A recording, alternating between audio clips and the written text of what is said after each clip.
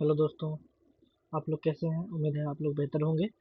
और जैसा कि पिछले वीडियो में ही हम बताए थे कि जावा के बारे में डिटेल में कि जावा की शुरुआत कब हुई थी और जावा से पहले कौन सा लैंग्वेज था। और हम आज उसी सीरीज को आगे बढ़ाएंगे और आज हम जावा के ऊपर में आज से हम काम करना शुरू करेंगे।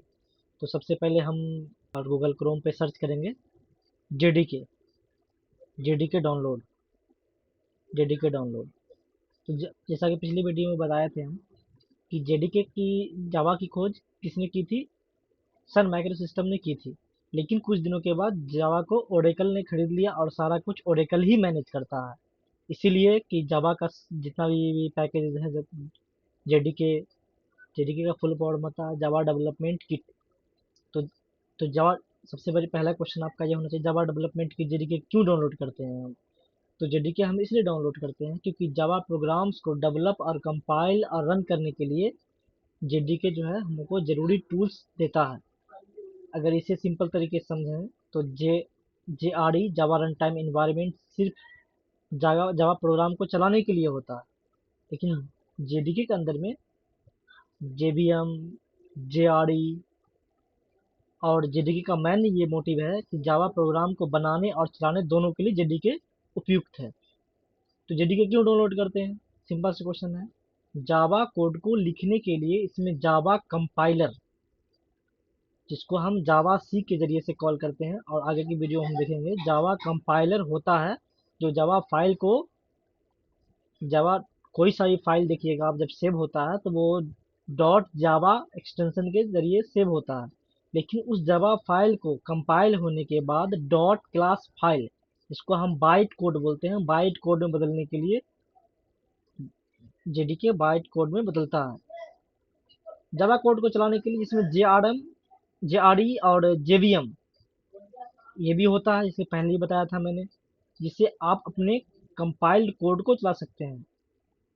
जावा कोड को चलाने के लिए जे आर ई और जेवीएम भी होता है जेडीके के अंदर में, जिसमें आप जो कंपाइल किए हैं code dot Java file co dot class file में बाइट कोड में जो कन्वर्ट किए हैं उसको आप चला सकते हैं।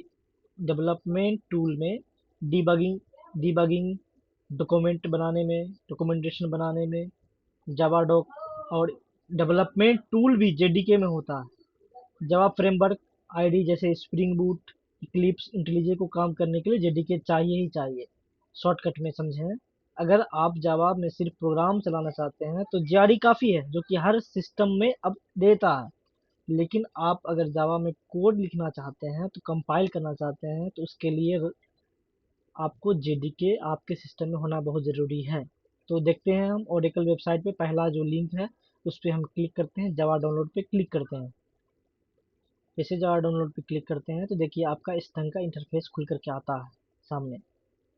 देखते हैं वर्जन दिया हुआ जेडीके 21, जेडीके 24 इसका लेटेस्ट वर्जन है, तो हम 24 ही पे क्लिक करते हैं। तो अब हल्का से नीचे आएंगे तो देखिए लिनक्स, मैक ओएस, विंडोज इन सब के लिए अलग अलग सिस्टम के लिए अलग अलग जेडीके यहाँ पे है। अगर आपका सिस्टम लिनक्स है तो आप लिनक्स वाला डाउनलोड कर सकते हैं, और आपका सिस्टम मैक ओएस है तो आप मैक ओएस वाला डाउनलोड कर सकते हैं। आपका सिस्टम विंडोज़ है तो आप विंडोज़ वाला डाउनलोड कर सकते हैं। हमारा सिस्टम विंडोज़ है तो हम विंडोज़ पे क्लिक करेंगे। जैसे विंडोज़ पे क्लिक करते हैं देखिए इस ढंग का इंटरफेस खुल के आता है, तीन दिख रहे हैं आपको। तो आपको कौन सा ये, अगर इस ढंग का इस पे क्लिक करते हैं तो ये आपको जिप फाइल के रूप में डाउनलोड होगा, उसको अनजिप करके आप इंस्टॉल करना पड़ेगा। अगर आप इस पे क्लिक करते हैं तो ये आपको इंस्टॉलर है और डॉट ई है। इस पे क्लिक करेंगे आप तो देखिए आपका डाउनलोड स्टार्ट हो चुका है। देखिए ये आपकी ओरेकल के वेबसाइट है और इस ओरेकल के वेबसाइट पे जावा डेवलपमेंट की जेडीके आपको मिल जाएगा। आप इसका डॉक्यूमेंटेशन पढ़ना चाहते हैं तो आप देखिए डाउनलोड हमारा कंप्लीट हो चुका है।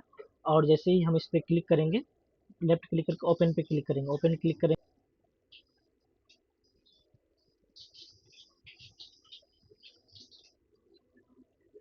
और ये इसका प्रोसेसिंग चालू है। नेक्स्ट,